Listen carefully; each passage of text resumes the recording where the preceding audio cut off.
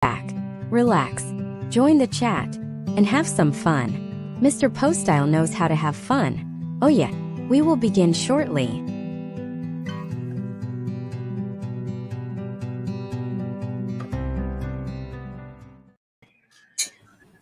Hey, we must be live. My phone just went off. That's my little AI-generated startup thing. 18 seconds. I got to give a disclaimer. I did not create that. AI did. Did a good job, though. There you go. It worked. She sounded pretty. It didn't know how to pronounce Poe. I think Mike's down at the bottom. Isn't he there, Bart, now? There he is. He is. Mike, my man. Hey. Mike is back. Yes. You got back so quick, Mike. I didn't get time to make some kind of joke about Ed being you instead. Mike's in his best digital victory Halloween costume for Halloween, and it looks great. Resemblance is striking, actually. Yeah, it's kind of amazing. But yeah, so how you doing, Ed? Since we mentioned, we should probably say hey to you. Hey. Good to see you. Fantastic. Yeah, if you're not sure, he's been on the show quite a few times. Got his own channel, and if you look in the link in the description of this video, link to his channel's there. That's all I'll say. Good channel. We brought him back because of our ratings dip. So I'm not going to help. Just so you know, this is not the way. Yeah, but I appreciate it. Thank you guys very much. Yeah. Mike said he's getting tired of being the only one on the show with good content, so we had to get. That's a point well taken. Point well taken. I just want to explain that. T-Dog. Go ahead, Pro. I'm sorry. Oh, I was saying hi to T-Dog. That's all. Yeah. No, I was just going to explain real quick. I was just going to explain real quick to those that are watching why I'm laying here like I am. Because, not getting a long story, my leg is injured and I'm in bed with a heat pad on it. And don't worry, I'm gonna be fine. So that's it. Oh, that is Greg. I thought that was an older Ron Jeremy there laying in his bed. Closer.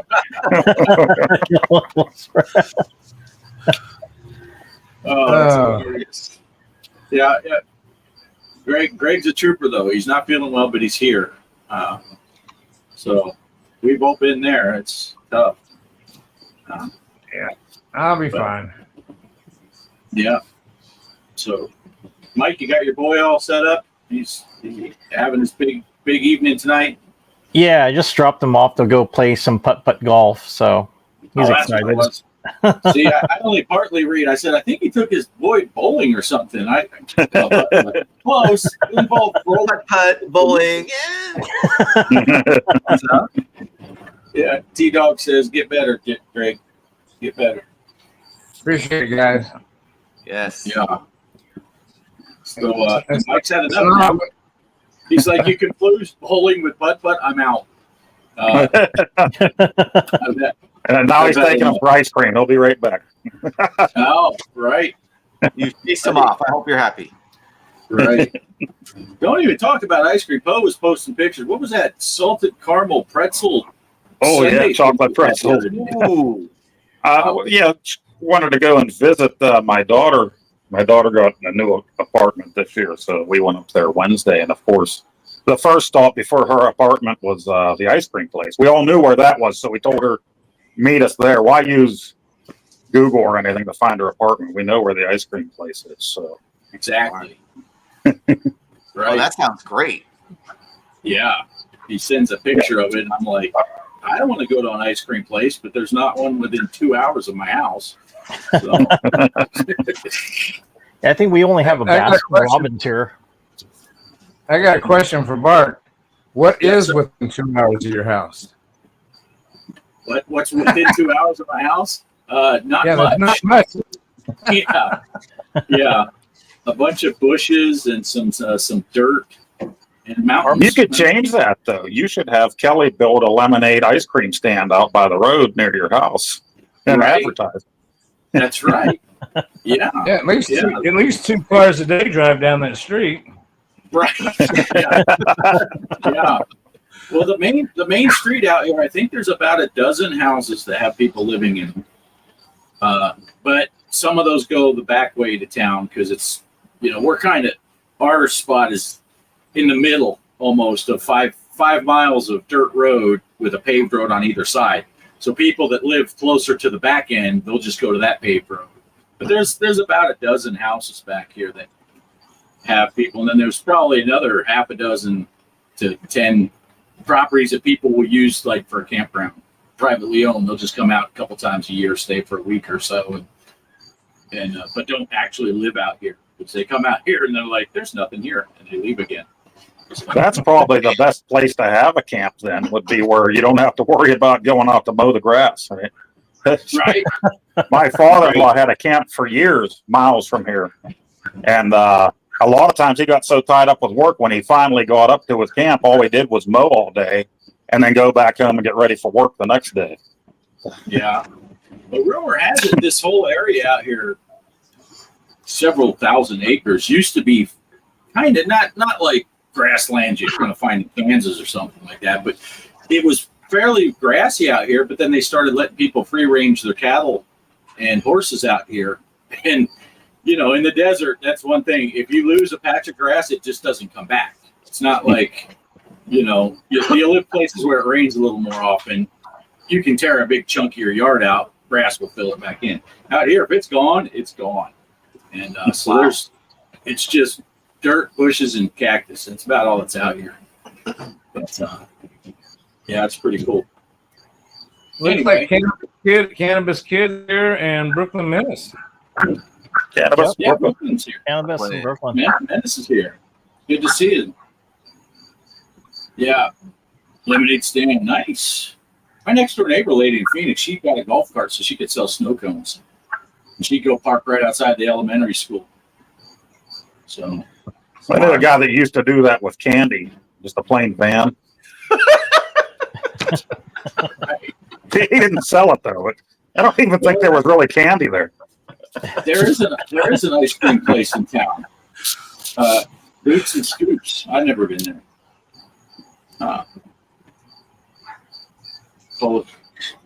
Yeah, I need something. Anyway, so what do we? Actually, before we jump off subject, what's your go-to? That salted caramel pretzel sounds really good. I'm a butter pecan guy myself. What about you guys? For ice cream, Shelby bought a gallon the other day, kind of to see what it was. She got a gallon of ice cream that's in the freezer that's root beer float, and that is really good. You can sit. You don't even have to buy the root beer. The ice cream tastes like root beer float.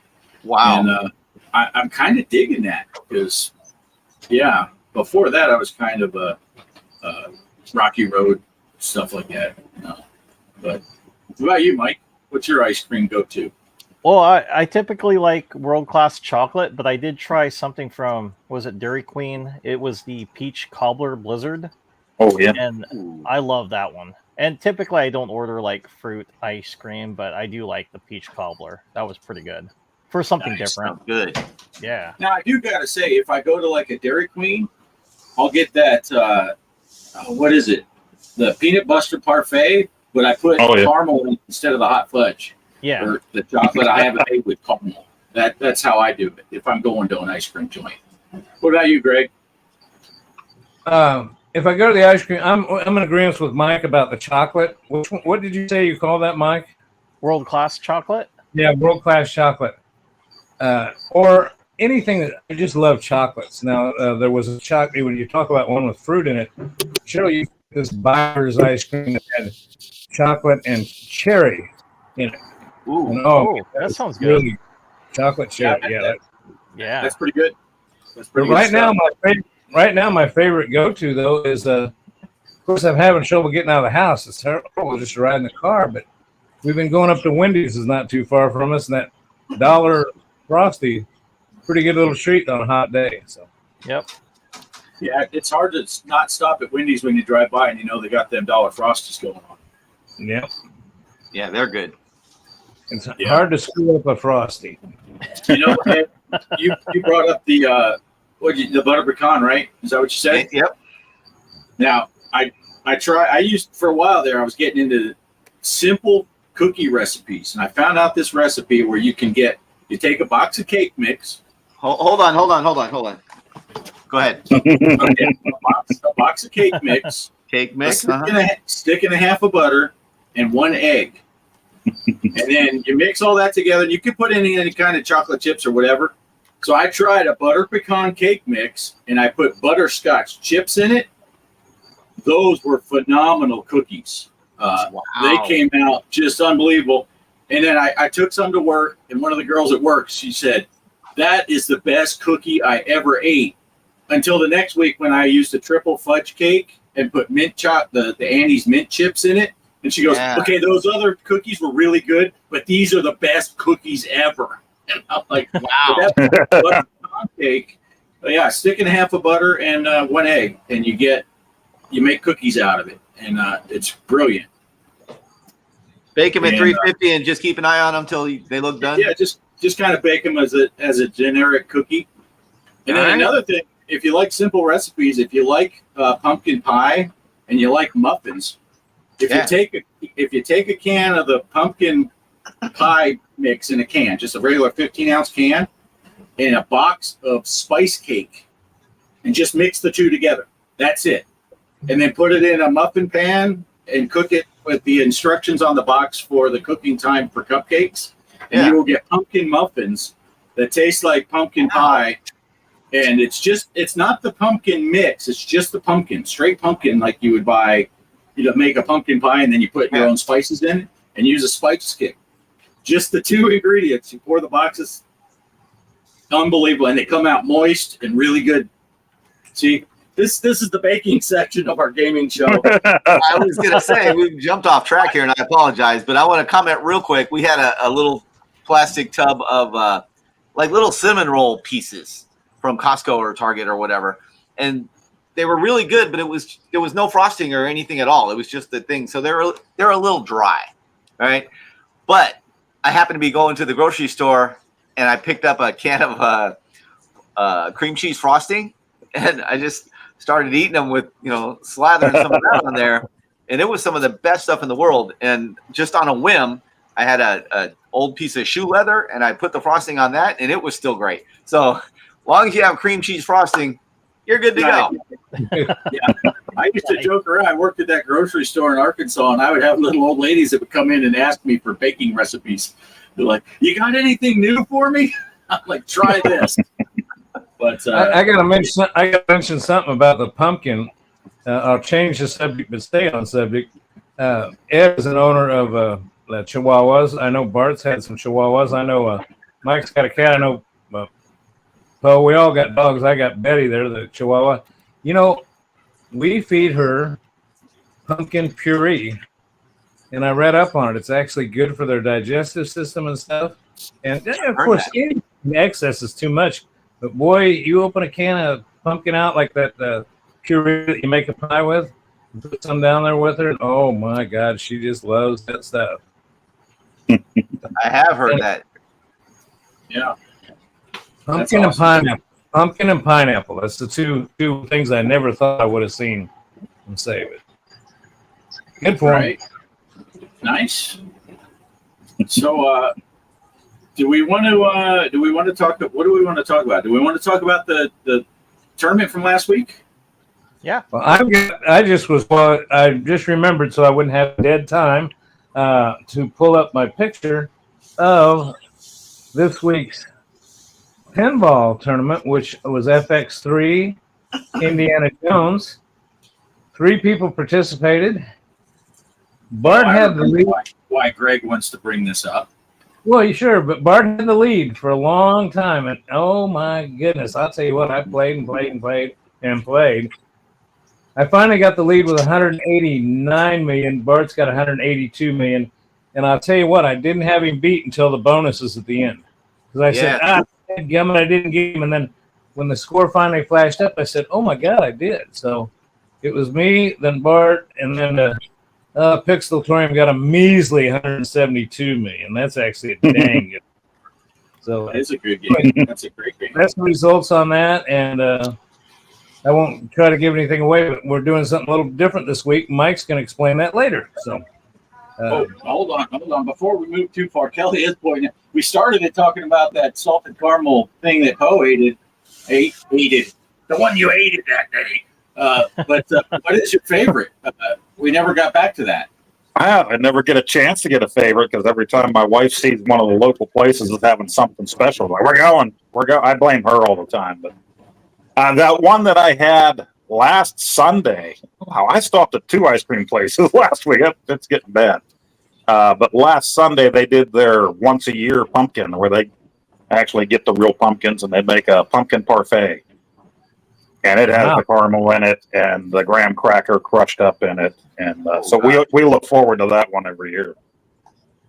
Nice. That sounds I'm great. going to be a Karen, too. I'm going to be a Karen for just a minute. I've heard two of you call it caramel. Is it caramel or caramel? Caramel. Caramel. Caramel. Camel. I go for the fewest syllables as possible. Caramel. I'm with you. It's always been caramel to me. Caramel toe. Yeah. I can't think if there's ever been enough time when I used caramel. It's always Is it sherbet or sorbet? It's Sherbet. Put that in someone else's bowl. That's what it is. Herbert. No. So that's just pretty good, actually. Okay, so back to the pinball tournament. So we had a pinball tournament last week, and we also had an arcade tournament that Poe picked, right? That was what did we play? That Alien versus Predator. Alien versus Predator. That's right. Yeah, it sucked. Well, some of us sucked at it. There's that. And some people were phenomenal at it. Compared to my score, I thought I played pretty good, and then all of a sudden, Derek and T-Dog started throwing down freaking scores. Like, I didn't know there was a competition to see how many scores they could double or triple. But wow. Yeah, so that was another case where I kept looking at my score. I'd looked at the scoreboard before I started playing. I started this kind of late, and I said, "Holy cow! I think I've got him. I think, oh no, I don't." Yeah. My actual first game, my practice game, I didn't count it because I didn't have it, recorded. I actually did better than I did at that top 4 that I ended up getting in my video. I should have counted that score. Well, even if I counted it, I think I still would have been just under Jaden's score there anyway, so it would have been the same spot. Yeah, I just want to make sure I'm understanding. This is Alien versus Predator, the side-scrolling beat 'em up? Yes. Yes. Okay, gotcha. Not like the Atari. Nope. The Jaguar. Yeah. Jaguar. Yeah. Yeah. Okay. This is the arcade side story. Yeah. And it's fun. It was though. But yeah. So Poe, did you want to go over the scores or you want me to do it? Is it hard for you to see them? Yeah, it's until I finally get my laptop out here in another 10 years. It might be. Yeah. Okay, I'll run through them. T-Dog got the big 730. And not only did T-Dog spank us, but he was like, watch this, guys. I will get an even number. 730,000 even. It's impressive. Derek got the big 714,201, which So I think Poe pointed out in the chat that if it ends in a 1, that's a sure sign that it was the Game Genie, right? Right. So Mike thought he had a great score going at 389, which it is compared to the rest of us, just not the top 2. And then Mike's boy Jaden with a great game, 351.7. Poe had the 317, I had 286, and Greg had 245. So, yeah, that was a fun time. It was a good game. Yeah. Good job, T-Dog. Congrats. Nice. T-Dog says, thank you. Maybe James Medicated chocolate peanut butter is his favorite ice cream. Who would have thought Cannabis Kid would say Mary Jane's Medicated would be his favorite? Yeah, breaking As it news. should be. Yeah. All right. So good. Have you ever finished that game? I mean, I have, but not because I'm particularly skilled at it. Just throwing quarters in over and over again. Right. Just, I did. virtual I ones. beat it. I beat it. I dig it. I love the ending. Yeah. That was cool. I never actually. I think this. I think when I first downloaded it for the arcade, I played it a couple times, just making sure it works and stuff. I think this is the first time I ever actually tried to play the game and see. And of course, we do it 1 quarter challenge, so you go to your day and it's done.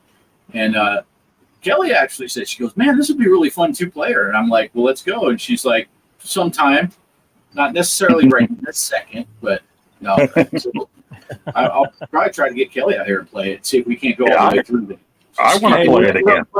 I never beat that. Real quick, if you want to talk games, 3 seconds left. Cincinnati 25, Kansas City 23.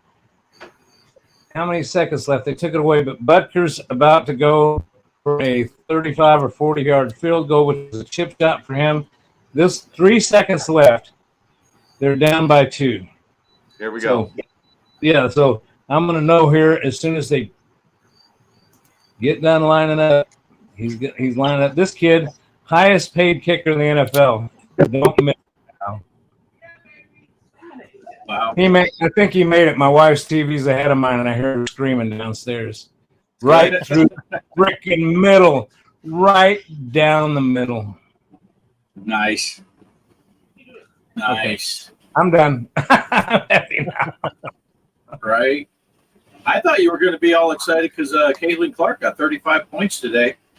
All-time rookie leading scorer. Now she set the rookie record today for. She owns points scored, 3-pointers made, and assists for rookies all time. Wow! And with 1 game to go. Yeah. Here's a sports trivia question for you. The Chiefs just won the game. Where's the first place CBS's camera went to when they won the game? Probably has nothing to do with sports and has more to do with music. Right. It went straight. They showed Taylor Swift at the game? It went to Taylor Swift's box in the not her Chipotle. I want to watch that. Hold on. Hey, whoa. Went to Taylor Swift's box seat in the stadium. She's got her. Oh, I thought they were really digging for ratings. Sounds like they talked to Old Bo to find out how to raise ratings. Show box. That'll get them. I'll tell you what a close game, and Burrows versus. But enough about football. Burrows versus the big thing. There she is again. She's happy. She's jumping up and down. Yeah. Okay, so that was our big tournaments, and we did talk some pinball in there. So let's work in Ed because he's patiently waiting. Ed, you had some big pinball news. Yeah, there's been some stuff that's happened with it's not pinball. like breaking news or anything like that, but I knew there's some certain pinball details that are cool on the Legends 4K from At Games. Shameless plug. I just recently did a video about the new Universal pack that came out with E.T., Back to the Future, and another table that I can't think of right this second. Wow, neither can I, Ed. So you are okay. E.T. Jaws. It's Jaws. Jaws. Sorry. Wow, I would not remember Jaws of all 3. And I know it's my favorite. But the unique thing about it is this is the first pack from Zen Studios in cooperation with At Games that includes the fix for the lag that they had. Now, for those not familiar, At Games came out with their Legends 4K, and they cemented the deal with Zen Studios to bring over a bunch of pinball effects tables, which was just great news for At Games because, the Gottlieb games that it comes with, they're okay, So having that Zen Studios license was a huge win for them. Huge get. But when the first one got released, the Adams Family, custom Adams Family pinball table with the whole topper and everything, it played like crap because there's flipper lag. When you push the button, it's like 18 seconds later that the flipper goes. Oh my God. Not really that long, but it was bad. It was noticeable. And if you watched my video with the Attack from Mars Legends 4K that I got, that also had lag. And it's not unplayable, but it certainly affects it. And I think everybody would score better if there was no lag, and certainly everyone would prefer if there was no lag. And I think that was a big fail on their part. Okay, at games, you know, to secure that huge license and then all of a sudden have the game show up and they have really bad flipper lag was a bad thing. So at games acknowledged the problem that they were having and said, "Oh, we're going to work on it. We're going to fix it." And even I didn't believe that was really going to happen. But sure as shit, they fixed it. And they haven't fixed all of them yet because it's a staggered approach. It's literally something they have to go in and reprogram for each table. So the first one they did was the Adams Family. That was the first table they released. That's the first one that they fixed. And from every indication is it's much, much, much better. There is still technically lag, but it's so minor, I don't think it's a big deal at all. And sorry, I don't know if you heard the dog there. But so this Jaws pack that came out, or the Universal Studios pack, is the first pack that came out with the fix already implemented. So that's why, to me, it's news. And can confirm it's great. The lag is all but imperceptible to me, which if you know me, you know I always say I'm notoriously ambivalent. And if I can play it, it's not a big deal. But it's much, much better. Wagner's Tech Talk, I don't know if you're familiar with Wagner's website or not. He does deep technical dives on a lot of things. Great YouTube channel. Recommend it. He provided a detailed spreadsheet of every Zen Studios table for the At Games pinball table with detailed timing of every one of them's flipper lag, okay, to the millisecond. And he did this exhaustive study, 30 different tests of each flipper on each table. It's crazy. And they all average about 1.25 milliseconds per table, which was unacceptable. Like I said, it was noticeable and it affected play, and it really wasn't acceptable. The new fix knocks it down to about 0.85 milliseconds. And, you know, milliseconds, who knows? All I know is when you play it, I don't notice it at all. I just play it and it's much, much improved. So I think that's really exciting news for people that have the Legends 4K and were disappointed that Zen tables didn't really work that good, or B, people interested in getting it but were holding off because of that flipper lag. The rest of the tables, by the way, they fixed Adams Family. Like I said, the rest of the tables are on a scheduled release in the next month or two on a weekly basis. So if you're interested in the 4K, you should be good to go as far as the flipper lag thing. Nice. Yeah. And like Ed said, he didn't want to give himself too much of a plug, so I will. Watch his video on that 4K, the Universal pack.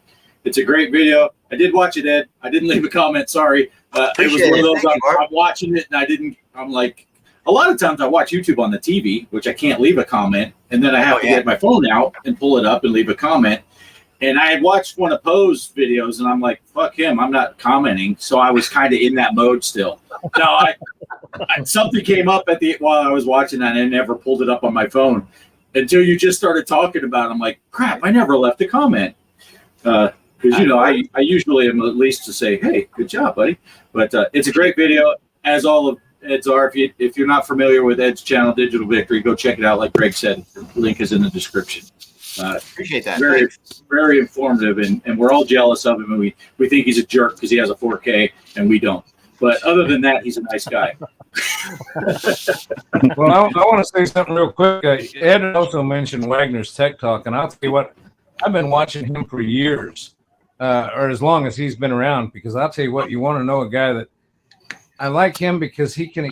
Some people get on and they got a lot of, and Ed doesn't do this either. Ed's channel is good because they don't do a lot of big intros and a lot of hyping themselves up before they get down and tell you the nitty gritty of what's going on. And Wagner's Tech Talk helped me out a lot with Raspberry Pis. Originally, he did a lot with the programming of Raspberry Pis, how to set them up, and he was the easiest one to follow because he didn't talk over your head and he took his time. So he is a great channel, and he does a lot now for at games. I think he's a definite plus for their product. So, yeah, be sure to check him out too. Yeah, he's a good guy. He is a good guy. Yeah, but that was pretty good though. And I'm with you, Ed, with that Universal Pack. I like the Jaws table a lot. And for me, it's Jaws, Back to the Future, E.T. As far as enjoyment of playing it, but boy, it's hard, especially now that they came out with that Princess Bride that has the actual voice clips from the movie, and then you play Back to the Future, and it is so obvious. Oh, Jaws is even worse, bro. Yeah. Jaws is even worse. And I said that during Jaws my video. I said, it's not all perfect. One of the main cons I have on these are the voice acting, and they have the guy that's supposed to sound like Quint. And he repeats some of the lines from the movie, and he says other things, and he just doesn't sound like him. And no offense to the guy that did it, but it's just bad, and it takes it you out of it just a little. The mechanics of the Jaws table are really cool, but you have to learn it and start some of the modes and get into the modes, because otherwise you play it and it's like, this table sucks. This is, I'm hitting it, I'm hearing these dumb voices, and this isn't very fun. But once you start getting into the modes and doing some of the things, and you see the cool mechanics and special effects that it adds, which is one of the great things about the Zen tables to me. Jaws is great. You have the night modes and the tables rocking back and forth and the shark, and that's really cool, but you have to get pretty good at it to see most of it, and I'm yet to see the really good stuff, but I'll get there. Right. And you know what else is cool with that Jaws table? Well, the whole Universal Pack, but the Jaws table especially is if you have a Quest headset, you can play it on there, and when you lose the ball, a shark comes up out of the water next to the table. It's pretty cool. Wow, that is cool. Yeah, but yeah, and I'm with you on that. For the longest time when I was playing it, I'm just having fun playing, keep the ball alive, hear the sound clips, wish it was better voice acting, but it's cool to hear some of the lines and but then when you learn the modes and you figure out, there's like two different angles. There's the sharks modes and there's the people's modes, and it's a very fun table. But like most of them, you can have fun playing, but once you learn the rules, it changes the game, which is another reason you should watch Ed's channel, Digital Victory, because he does so many great videos teaching you the rules and what you want to shoot for. And sometimes he'll even put out a video for one that we're having a contest for right after the contest is over, so he can still beat me.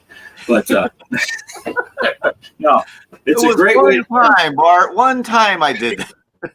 It's a great way to learn. With Zen tables in particular, again, this is for the audience that may not be familiar with them, the pinball effect stuff, is they have graphical animations that are added to the tables, and it's not just looking like regular pinball. It's almost a hybrid between a pinball machine and a video game, and you have really cool things that happen, but it doesn't happen unless you achieve certain milestones in the game. So it's like a whole different like I said, kind of a hybrid between video games and pinball. It's pretty neat. Yeah.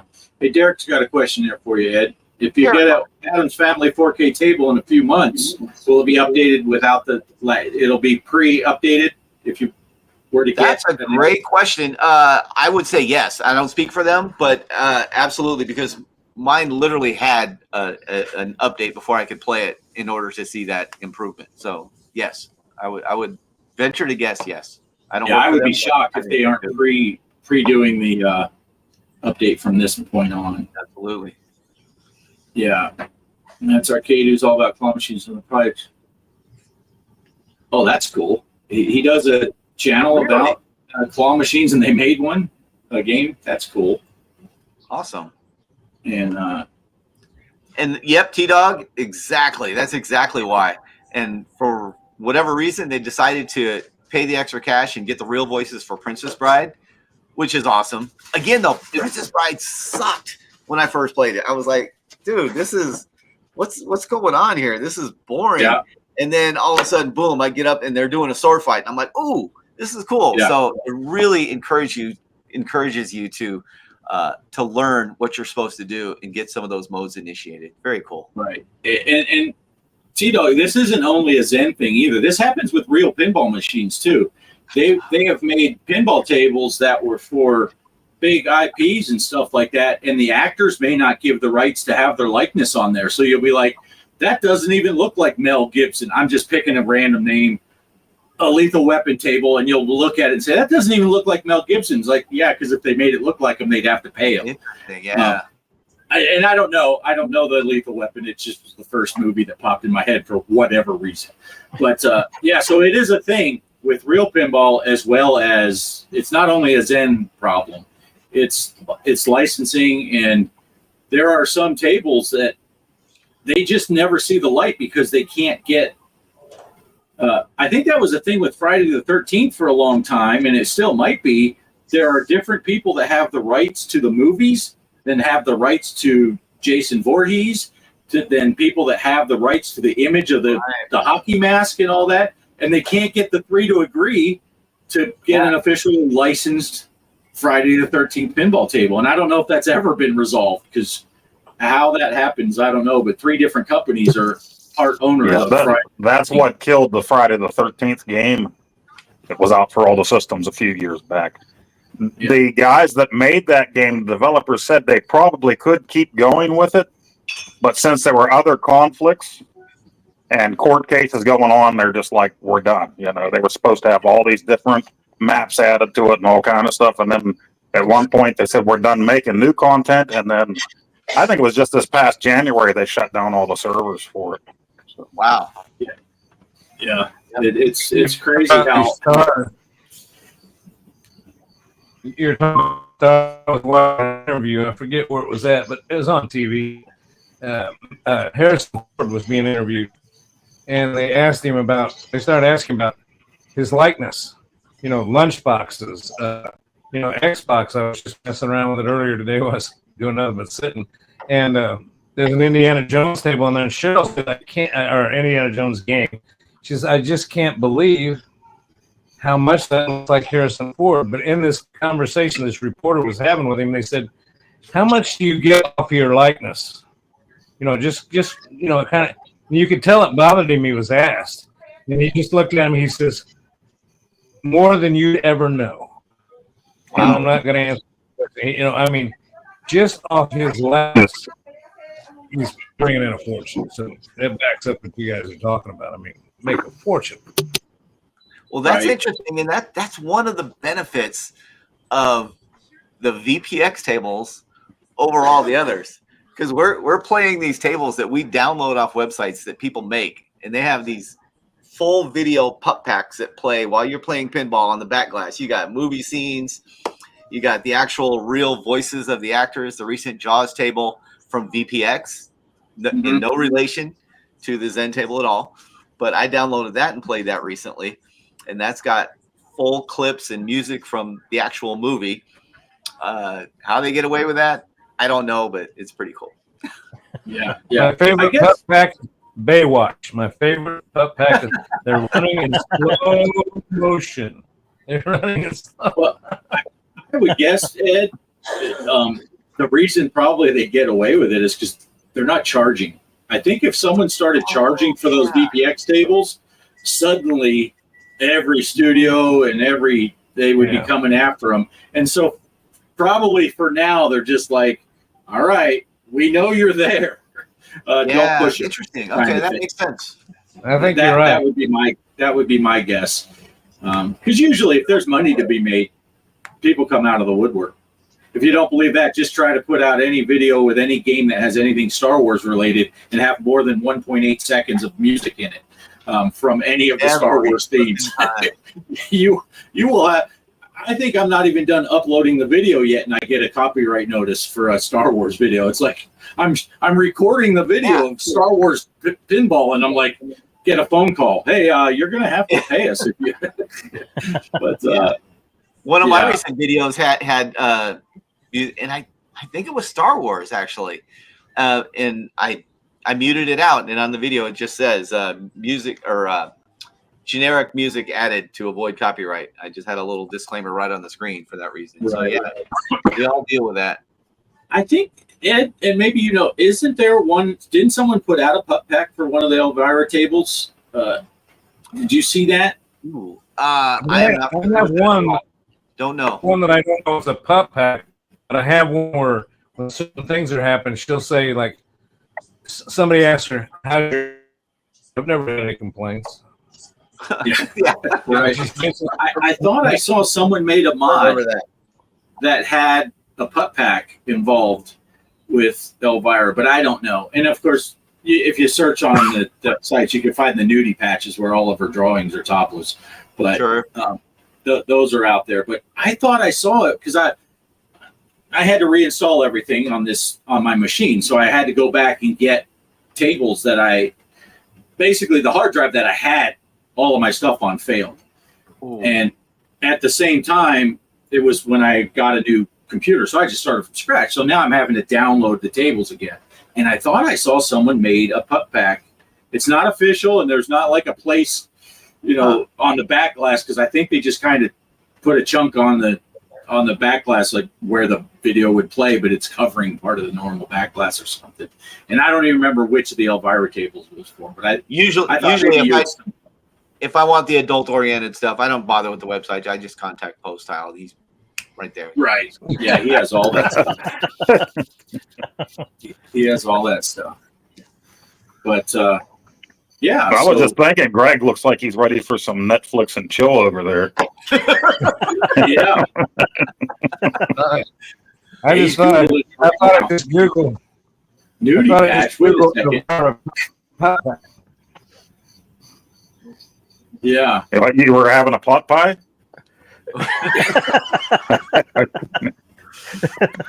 I guess pot pie and chill is good too. I never tried a pot pie in bed. I might have to do that. Chaos made it. Nice Halloween. Nice Halloween little icon there. That's pretty sweet. Oh yeah, the jack-o'-lantern. Yeah. Here it is on VPX VP Universe. It says Elvira Dual Pup Pack. Then there's a whole lot. It's another one of those places that writes a whole bunch of stuff that I don't care about. Just get to the point and telling me what I'm looking for. But anyway, yes, there is an Elvira Pup Pack out according to VP Universe. All right. All right. Well, since we're talking pinball and we're already 42 minutes into this, Mike, you got something for us pinball related, right? Yes, I do.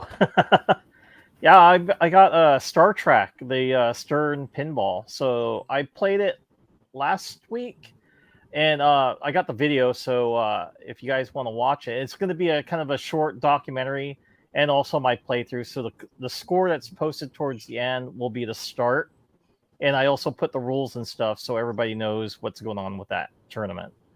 So you got the video? Yeah, we can play the video now if you want. Yeah. Yeah. All right, here we go. I might fall asleep. Just wake me up in a building. Stern's 2013 Star Trek Pinball Table, a game that captivated pinball enthusiasts and Star Trek fans alike, including myself. I remember seeing this in my local arcade in the mall. Yes, my mall still has an arcade. I remember dropping my 3/4 and being fully surprised with the callouts from the crew and the villains. The table layout with the USS Vengeance, which reminded me of the UFO from Attack from Mars table, and the gorgeous artwork from the look of the whole table. The Pro table is sweet, but I definitely love the look of the Premium Edition. This had become my favorite table with Elvira's Haunted House.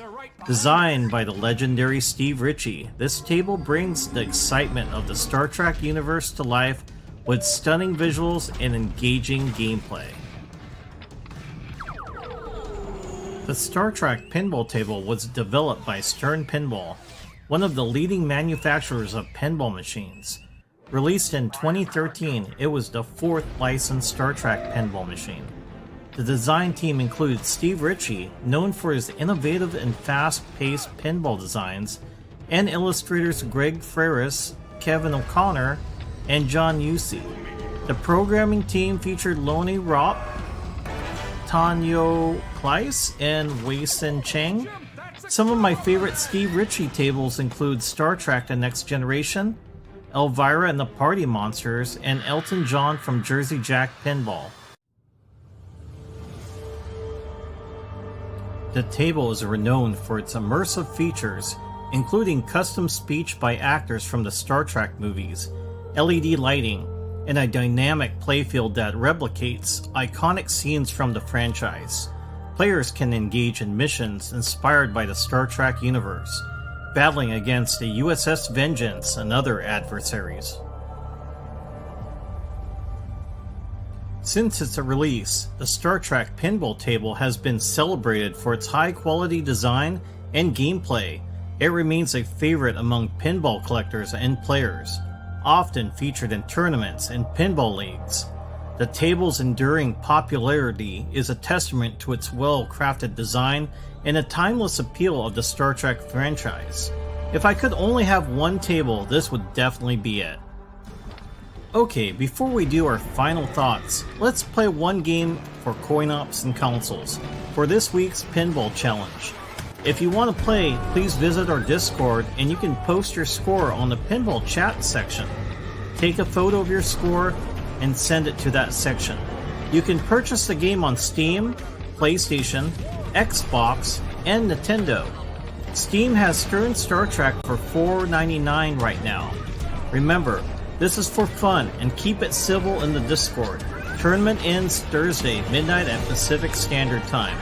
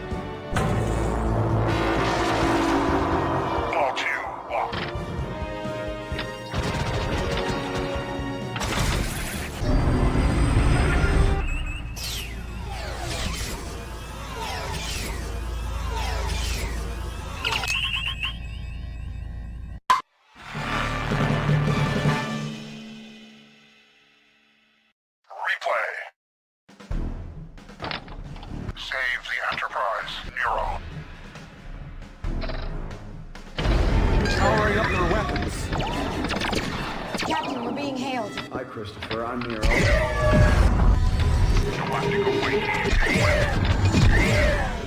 Direct hit.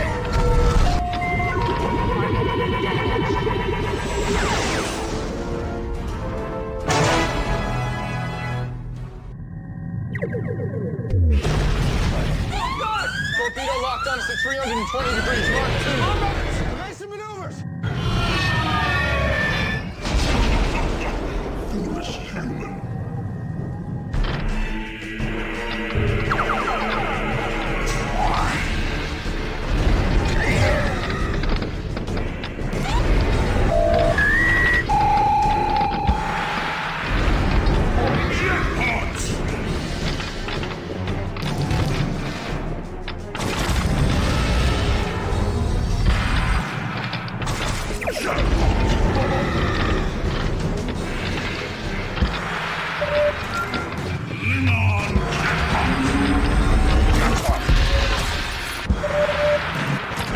Super jackpot!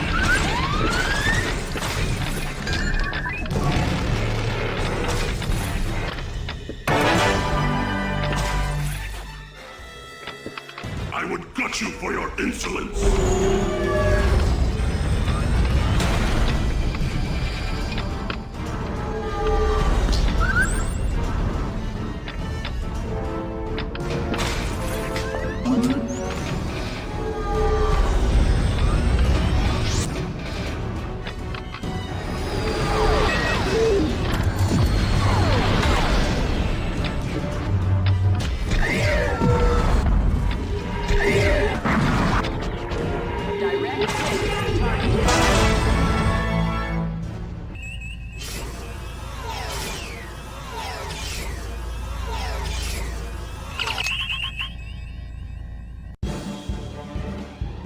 Enter your initials. Hot shot.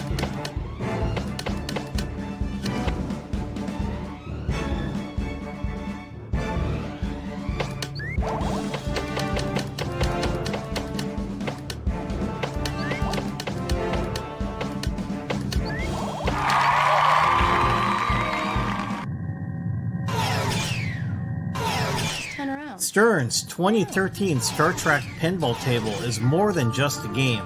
It's a tribute to the beloved Star Trek series and a masterpiece of pinball engineering.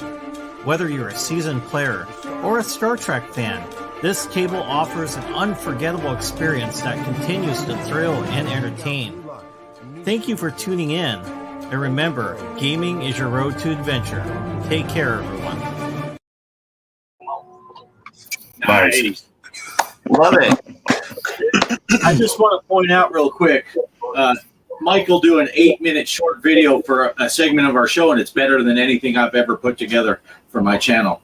That's fantastic. That was an excellent video, and great game. I will also admit, when you got to the multi-ball, I was so tempted to unmute your mic, Ed, so you could say, "Let's go." I almost did it myself. Yes, right on. It seemed fitting, but yeah, that's an excellent job with that video, though. Yeah, you're still good at that, Mike.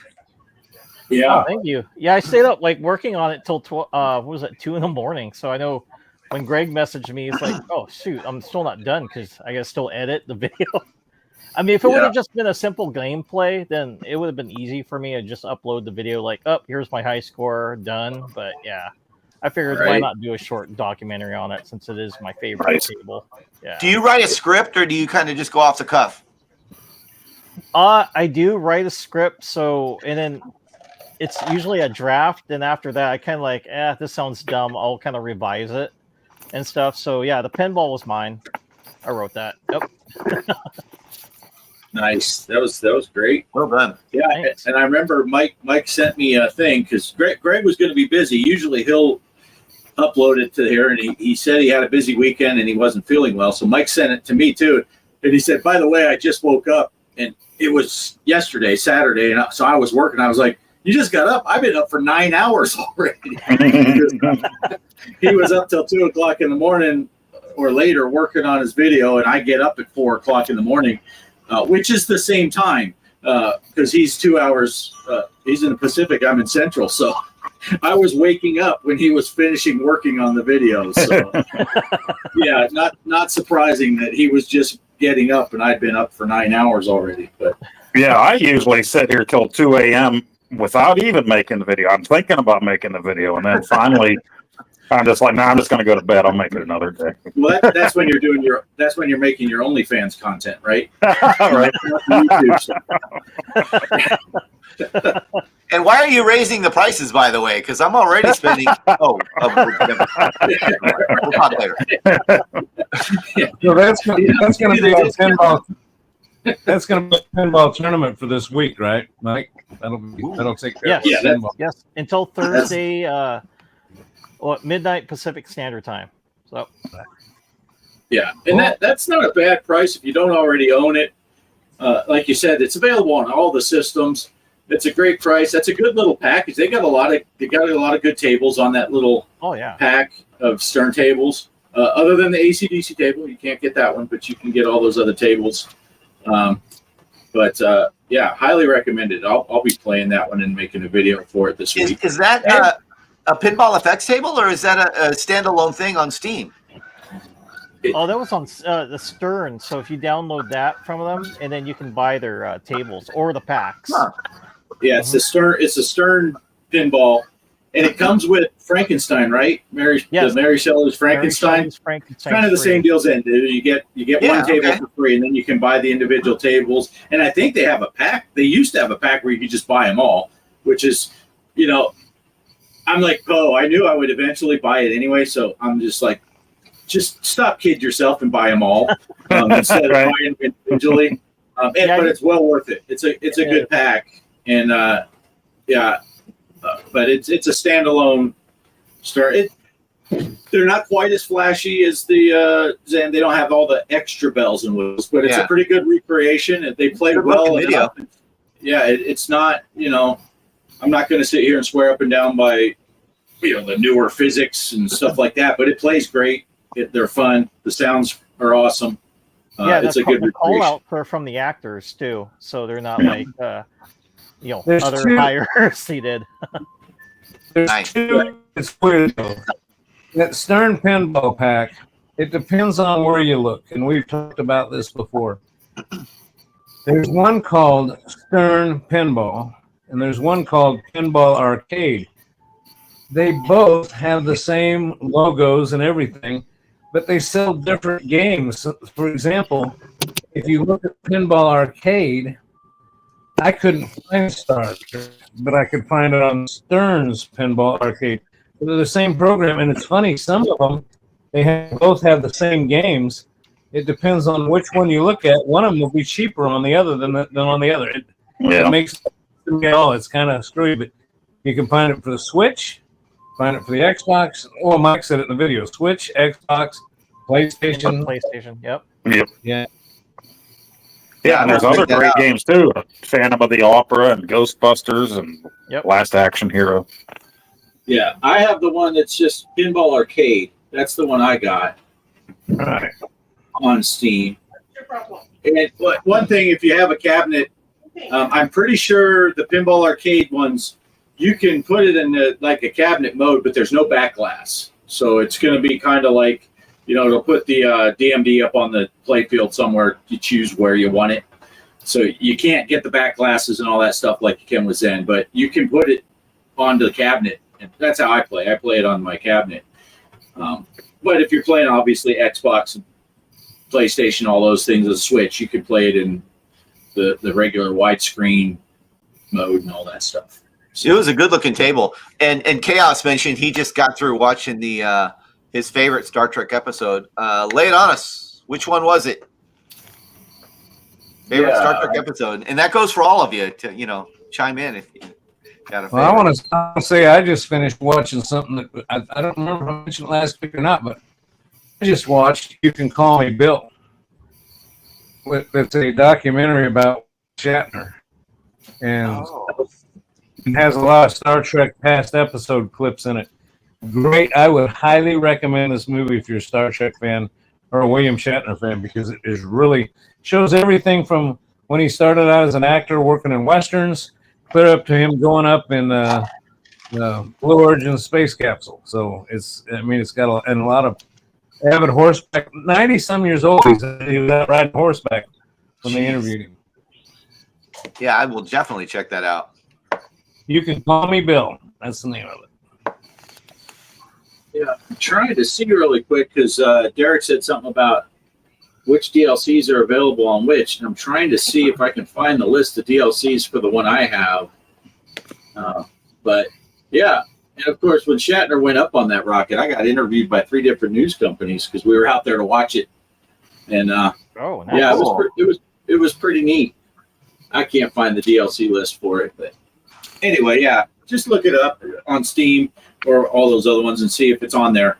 I mean, $5 for a table is not bad anyway. Oh no! I mean, shoot, you're gonna pay usually around $1 one way or the other if you go to an arcade, 75 cents at the least, and sometimes $2 for one game. Wow, so you play 2 or 3 games and you've bought the thing. So yeah, you keep playing enough and you'll make money. Yep. Right. Yep. Yeah. Right.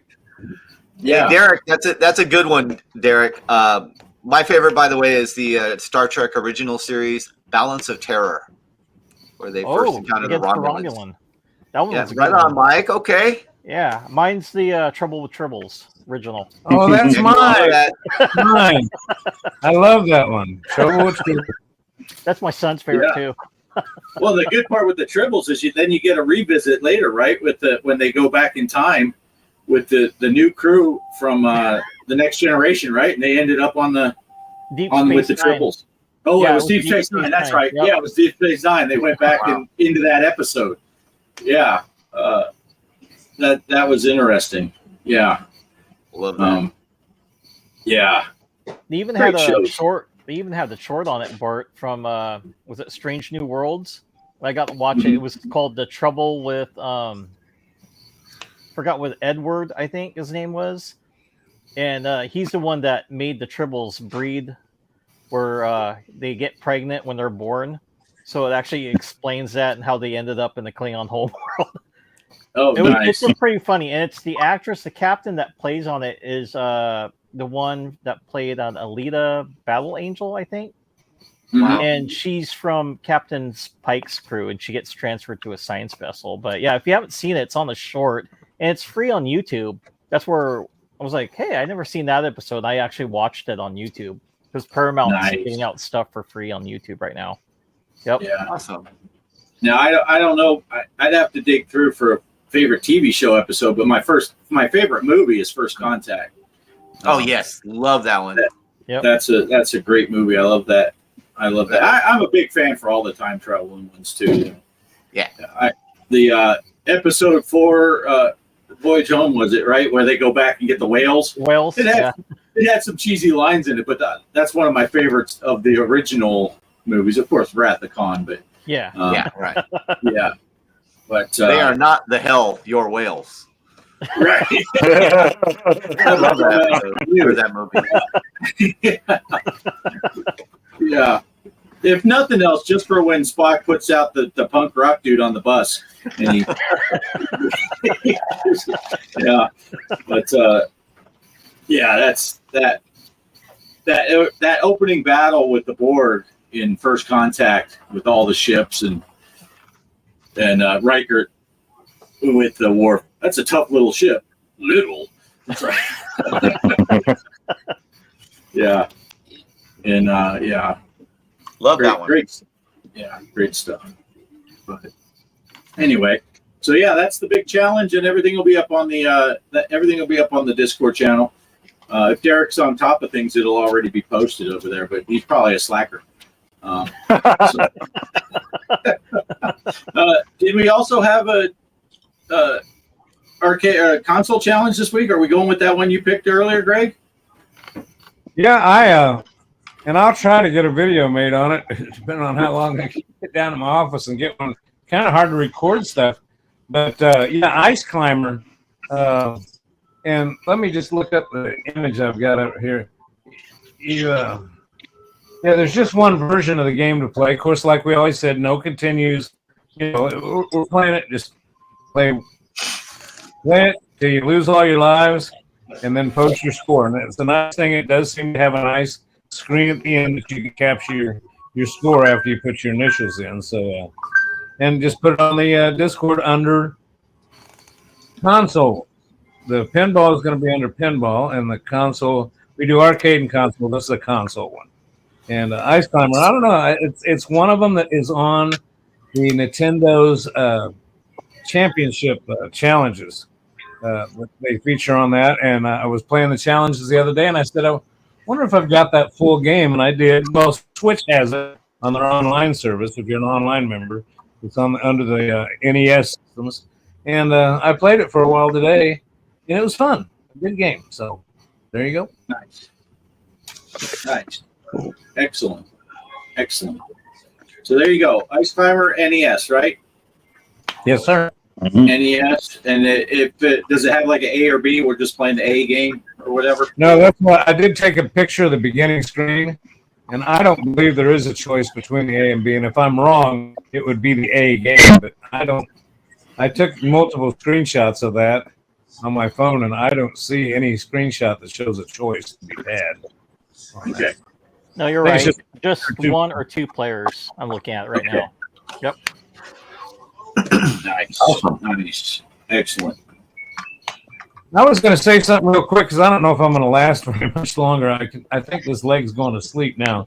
It's a combination of getting up and moving. I've got me one of those old people crutch canes. It's got the little feet on it. I like it though because you can just set it down. And, you know, you go to a public restaurant and you set down your cane and it falls down into the anyway. But I'm going to pull this up real quick. I was having trouble with my Xbox. So any of you guys out there that are Xbox users, let me find this. Here it is. I started having trouble with my Wi-Fi, my internet connection, period. Didn't matter whether it was hooked into the Ethernet or if it was on the Wi-Fi. It was only running like 10 megabytes download, 5 megabytes upload. The funny thing is the Nintendo Switch, which is hooked into the same switch, same Ethernet switch, was running at maximum. My phone on the wireless was running just running like, gobs of speed. And I'd turn off the Xbox and reset it, and it would start. The speed would pick up for a while. So I went into Xbox's or Microsoft's page, and I typed in my problem: failing internet speeds on the Xbox. And there was a whole bunch of people talking about the Xbox One. I have the Xbox Series X, which I think is what Mike has. Yes. But it said on the Xbox One, it described the same problem. Finally, later on down, those forums that they have through Microsoft, they have questions and answers, which I hate to be the grouchy old man again, but nobody from Microsoft ever even seems to jump in and answer these questions. I don't know why they But finally, one guy just buried way down in there. This guy said it. He said it was with his Xbox One Series X. And here's what he said, and it worked for me. So if you have this problem, it says go into your network settings, go to advanced network settings, go to DNS settings, and DNS is by default is set to automatic. And I may do a video on this just so people have something to refer to, but you change your DNS settings. There's two sets of numbers. The first set of numbers you put in is 8.8.8.8. Very simple. Then want you to give a second row of numbers, and it's 8.8.4.4. Now, I'm no techno guy. I don't know what the hell that means, what a DNS thing is. Mike could probably answer those questions. He's a computer guru. But it fixed the problem. So there's a simpler way. If you set the Xbox down, buy a PlayStation 5 and set it next to it, then throw that Xbox in the garbage and just play on your PS5. It works fine every time. Now, Mike, isn't that the 8.8.8.8? Isn't that one of Microsoft's DNS servers? 8.8. I think that's Google. Is it Google's? Yeah. Oh yeah, the guy did say. I'm sorry, I left that out. He did. Here's what his sentence says. He says, "It's Google." He says, "Yes, that your ISP could be having trouble with Microsoft's DNS. That's what the auto is. So go away from the Microsoft to Google's. To Google's, correct? Exactly.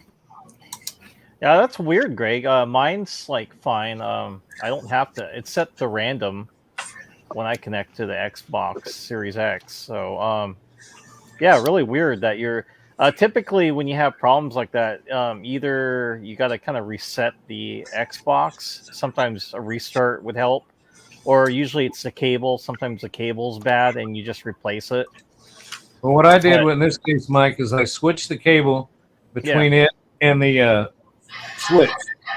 And the switch was, when I switched, it was doing the same thing. And that is originally what I did. Was every time I had a problem, I had to restart the Xbox. Which, okay, it worked the first time. But then the next day, it did the same thing, and I thought, well, what do I have to do with this? I think Poe's right. Either shut it off and turn it back on, put these numbers in, buy a PlayStation right on top. But yeah, I did think that it could have been a bad Ethernet cable, but I switched them out. Same Okay. problem. Yeah. Who's your, if you don't mind me asking, who's your internet provider? Crap. Yeah, it should be. Yeah, mine's the same thing. I have, Comcast, and it's set to auto. So really weird. Did you do the latest update on yours? Mine's set to auto update. Yeah. Okay, because I noticed that I looked to see when it updated last, and mine is set to auto update too. And mine, I noticed a correspondence between the date that it was updated last and when I started noticing this problem. I have a feeling it was something in the last update. That's just, I don't know. Again, I don't know much about these things, but all I know is it works for me. And if it doesn't stop working, I'm still within my 90-day return policy at Sam's Club. I may just go in and tell them, take this back and give me that PlayStation. I don't know shit. Yeah. Good info. Yeah. Hey, Cannabis Kid. I'm sorry. Go ahead, Bart. No, I was just saying, just reiterating, change out the DNS. Were you going to talk about this one here? Yes, I was. Exactly. I'm not familiar with Pluto TV. Is that a free service? I thought Pluto was one of those you can get so much stuff free, but they also have a subscription. But what do I know? I also thought the 8.8.8.8 was Microsoft, and here it's Google. So I don't know.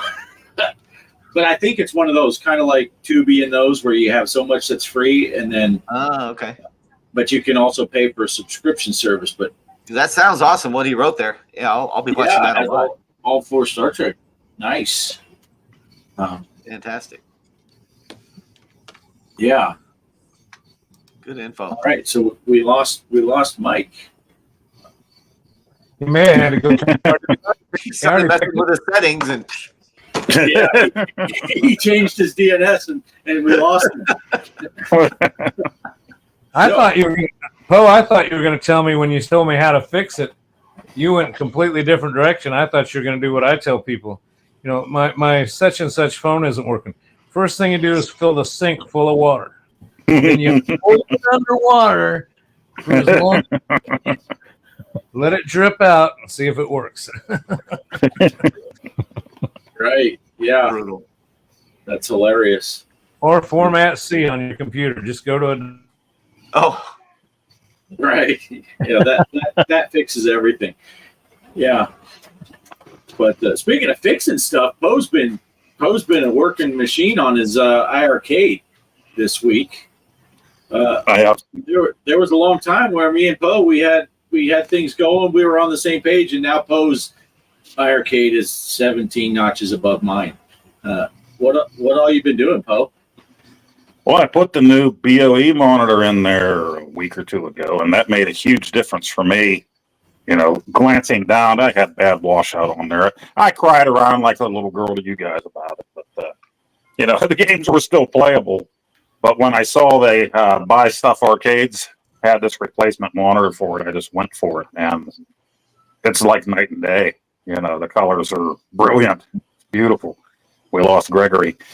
So I did that one first, but they didn't send me the screws. You have to use the screws included with the monitor. They should have been in the monitor. So I'm doing the video. I'm going to unbox this and everything for the video, tripod setup and the lights and everything.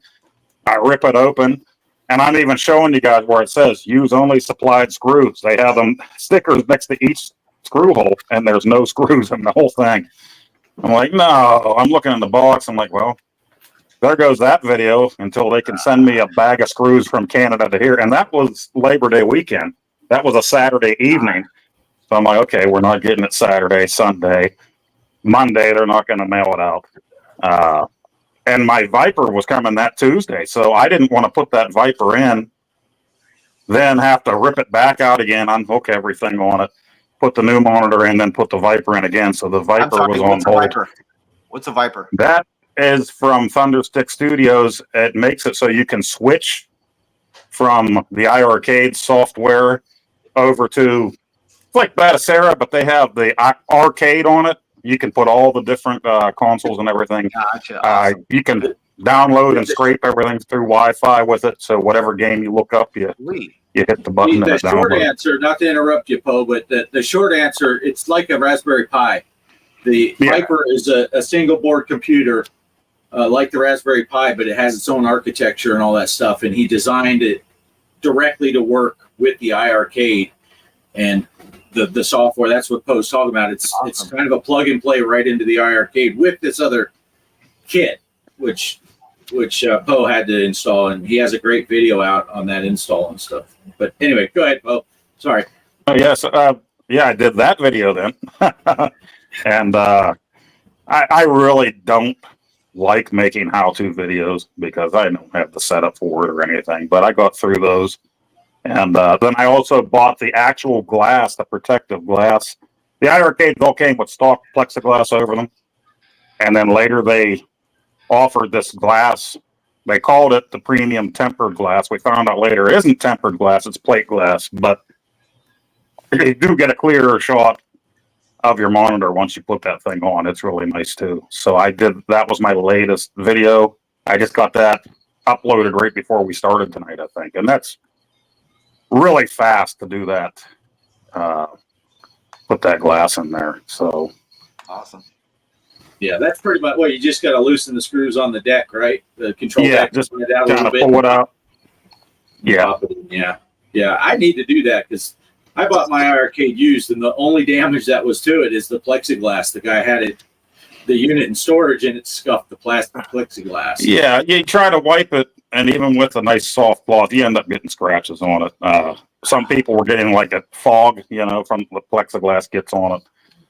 So I figured, why not? If I spent the money on that monitor, I might as well put glass over it so that I can actually see a nice difference in it. So it does look really nice.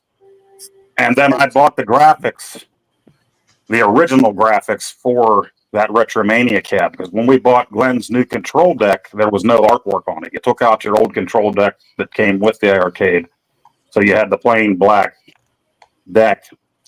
And we were looking at, Bart and I were both talking about the decals and stuff that they were making for that at the time. It was a cool idea. We thought about it, but with just the decals, you had to take that deck out and remove every button, the spinners, everything out of that thing to put the artwork on. For this company, he made like a plexiglass with the artwork on it. So all you'll have to do is take off the ball tops and take off the spinners, put this thing right down. So that's going to be my my final mod on it. I'll do that sometime this week. Nice. Yeah. And hey, go ahead, Greg. Yeah, I just wanted to say, I was right after I finished that last little talk I had, all of a sudden all you guys disappeared on the main screen. And my computer started spinning, little, whatever you call it, buffering. And I said, oh, they all just left me at once. And then I realized that my computer, remember we were talking about com crap? My internet's out at the house now. So the internet just failed, threw me off a StreamYard. So I picked up my phone, and now I'm using the 5G on my phone. I jumped back in, but I guess this is where I say goodnight, folks. I was going to try to stay a little longer, but my phone's sitting at like 12%. I don't think I'm going to last very long. So. All right. Well, I missed when you were laying in the bed. That reminded me, do you guys remember the Christmas special with the heat miser? Year Without a Santa Claus. Right. Yeah. And Santa Claus, the scene where he's sick laying in bed, that looked like Greg tonight. That was great. Superimpose that. Right. Get yourself a nice glass of wine. Yeah. There you go. Comcrap once again has not failed me. I'm telling you, it's the worst flipping internet service. I just wish I could get some fiber out here, but that ain't gonna happen. Starlink. Get hooked up on HughesNet for a little while, and you'll wish for your time. I have the fiber here, but my Wi-Fi doesn't reach the garage, so I use the telephone every week to do this out here. So. Right. You guys have a good one. Good to see All you, right. Ed. Good to see you, Mike, Poe, Bart. We'll catch you all later. Have a good one. We'll see you next time. Bye now. All right. Great. Great. All right. Yeah. So, Bo and I, we were doing our stuff, and then, boy, they got so many of those things that the games were available with that mystery encoder chip. And originally, when Glenn was talking about this Viper board, he was saying, yeah, $40 to $50. But then he ran into some issues, and it ended up being like $130 to get the whole thing. Right. And I was thinking, man, I have almost every game I would ever want on the thing already. Do I want to spend another $130?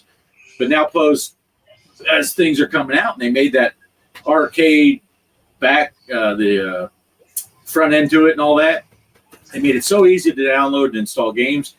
And Poe was telling me you can play 2-player games online, direct connect. There's no servers. You don't got to worry about servers going down like what happened to us with the original iArcade. We got to play like one time together, and then they pulled their servers.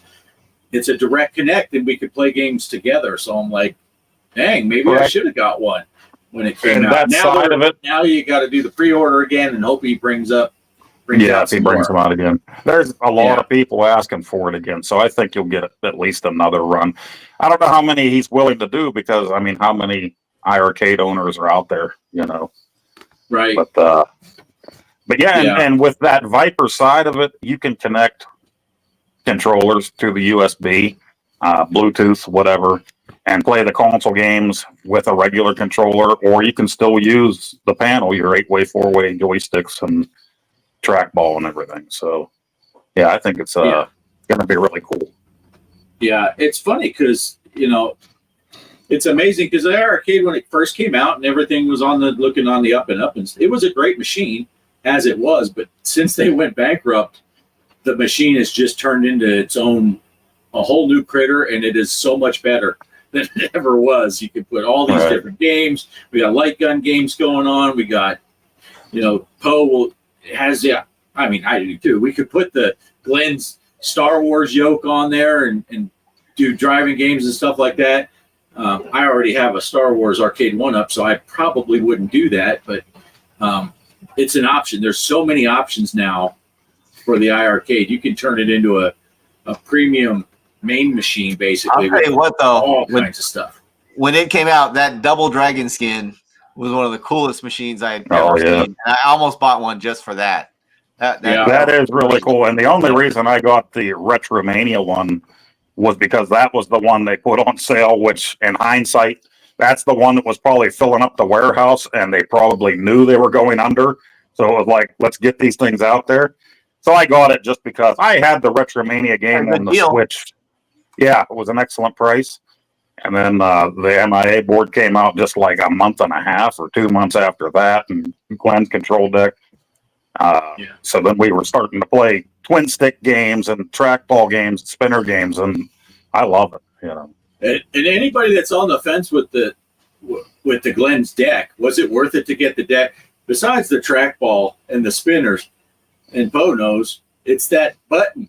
4-way, 8-way joystick. Oh, yeah. And I always forget to mention that, but because you do it, it's so easy. So easy. It is so easy. You get to it, you're playing 8-way games and all that, and you jump on Donkey Kong, and you're like, why can't I get up these freaking ladders? Because you're and you're like, oh, watch this. And you're suddenly in 4-way joystick.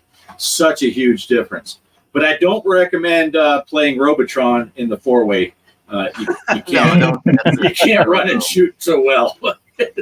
Now that we have the Viper side of it, I can finally download Akari Warriors, Guerrilla War. I have Glenn's Akari Warriors SNK stick for that, so I can plug it right into the USB and use this as my controller then for those games. The joystick rotates, like it's supposed to in the games, instead of making a special configuration to use 2 joysticks or something to play the thing. So. Nice. And I'm thinking I'm going to get his yoke eventually because you can use that Star Wars yoke for also racing games. He demonstrated it with Spy Hunter, and I love Spy Hunter, but I love Spy Hunter with a steering wheel, not with a joystick so much. So, right, yeah, and I've seen people play on the modded Star Wars arcade 1-up, and where they made it to where you can play the racing games and stuff like that on it. And it's like, that is pretty cool to be able to use it as the steering. Oh yeah. But yeah, so that's pretty cool. That is pretty cool. But and I did see you pose that question. You were asking if you could just use the Viper and just connect it to be your only. After doing that install, I'm sure somebody could figure that out, but that KVM is so important to that with all the different wires and connections. Yeah, when I was watching your install video, I'm like, yeah, because for people that don't know, I had asked in the Facebook page if you didn't want to get the whole KVM kit that has the switch ability and the new amplifier for the speakers and all that, could I just use the Viper board and then use the Glenn's deck and the monitor and speakers to run it, and then I wouldn't have access to my original iArcade stuff, but I wouldn't need it if I could just put all the games on the Viper side. But there's a lot to it, more than just saying, yeah, you just plug this in here and this in here. So I think the nice thing is with that is you see all these wires and you're going nuts. And if you print out, like I did, I printed out the instruction manual, the whole thing, because I'm old. I like to be able to actually look at it instead of looking at it on the phone or, you see all these wires, and in the pictures, as in his instruction manual, nothing's connected yet. But when you get the thing, they have everything connected to their side of it already. So all you're doing is connecting the other ends of those to other things. It really goes a lot quicker than you would think. I sat back for a few days and didn't do the install just because I'm like, do I have time to do this right now? We're going to go here or there, do this, and it doesn't take long at all. My videos make it seem like it do because I sit there and I talk about my childhood and bad things, and but yeah, it's really simple to do. Nice. But you do have to turn down that pot. He has the volume knob on there, and a few people have said that is loud. Once you're connected to that new amp, you want to turn that down to about halfway, or the first time you switch to Viper, Glenn's logo comes up and he yells "Game On," and it blows your eardrums out of your head whenever that happens. So do the buttons on the deck still work for volume also? They will only work for volume on your iArcade games when you switch back to iArcade. Okay. So once you set that a happy medium, you're going to go into arcade settings itself, and they have volume settings just like you would on a console or something inside. You could turn down the sound effects or turn down everything's right there. Right. And then the other question I had for you regarding that, I know you had to put that HDMI splitter on. Does that capture both sides also, or is it? I don't believe. Right. I didn't even think about that before I ordered the thing, because we've been talking about this Viper for a year, and I'm like, yeah, I'm on board. So after I knew it was already shipped out, I asked Glenn, I'm like, wait a minute, you got to use that HDMI out from the iArcade to the KVM switcher. How am I going to put this on my laptop to record like I do? And he said, get a HDMI switcher. And I didn't think any further past that. But now that I'm looking at it, I can still record iArcade games. I don't think that I can for the Viper side of it, aside from having the camera right on the screen, old school style, Yeah, that's what I was wondering. So, because the video output going to your monitor, that's the ribbon cable, right? It's not like it has an HDMI out. Right. Yeah. Interesting. Yeah. So yeah, that's definitely a downside to it. But I mean, if you're just using the Viper to throw all kinds of other games on there and have a nice collection, then it's good for what it is. And contrary to popular belief, and it is tough. And Ed, I'm sure you have it too, where with the pinball stuff, sometimes you almost have to remind yourself, I don't have to record every time I play. I'm allowed to just play and enjoy playing. And so that might give you some incentive. I'll be like, I'm going to go on the Viper side. Then I have built-in excuse why I didn't make a video, that I just wanted to play and have fun. And along those lines, I'll also say that you don't have to record a video if you don't want to. You're under no obligation to do one twice a week, once a week, twice a month, whatever. I fall into that trap, and my wife is telling me all the time, there's no rule saying you have to make one this week if you don't want. I'm busy, and I'm like, I haven't done a video yet. She says, you don't have to. And You're right. Yeah. It sometimes you feel weird though, and you almost feel guilty. Like, I know. Damn it! Weird, I had a great game, and I didn't record it. Or whatever. And sometimes you get happy when you don't record because your sister comes over and kicks the living crap out of you on shooting the rapids and gets the high score on your machine. And, right? Yeah, there are times where it's like, dang it! Yeah, I'm glad we weren't recording. Exactly. I think a lot of the times there have been a handful of times where I've made 4 or 5 videos in 1 week just because I wanted to do this one. And I think I actually just ended up burying each video as I went along. People say, oh, he has a new video, but they missed the other 2, or, Right. Yeah. So, and I did all these iArcade ones kind of close. I put one out yesterday and one today, but really, that's just going to be a very small group. If anybody watches that, hopefully they're doing a search. How do I put in the Viper? And they'll find my video. How do I put in a new monitor? And it'll be there. But I don't expect a whole lot of people to be watching them anyway. Yeah. Oh, I found it interesting, Poe, because you were talking about while you're doing the video, and you're wanting to get in there. So he's doing the video with his phone while he's trying to do installs with one hand, and he said it's easier to do the install if you can use both hands. And I was thinking it must be odd because usually when Poe's only using one hand, he's watching on his phone, not recording from his but I think Ed figured out. That's only on Saturday nights when the mood is right and the baby lotion is here. Hey, whoa. I think I was about halfway through when Ed saw where that was going. He started laughing. That was great. Hey, I want to talk real quick because we did mention the driving stuff and recording videos, and the only thing I had planned to talk about today, as I'm leaning on my steering wheel that you guys can't see, the big news with American Truck Simulator this past week. American Truck Simulator released the 1.51 update. Added some stuff. They got some more dynamic loading that I was going to have a video clip for, but I had to work this weekend, which is a pretty cool thing. It's with you have to own your own grain trailer, but you basically pull into a granary and the thing is over there and it fills your trailer and you can see the grain and all that stuff. So that's a cool option. Cool. And then tomorrow, on a Monday, go figure, Arkansas comes out for American Truck Simulator. I'm pretty excited about Arkansas. I lived in Arkansas for 12 years. And it's funny, one of the guys that does videos for whenever there's updates, he usually does like 2 or 3 minute videos, and they'll say, "Oh, this is a new update they did. Oh, they got a new truck, they got new tires, they got whatever."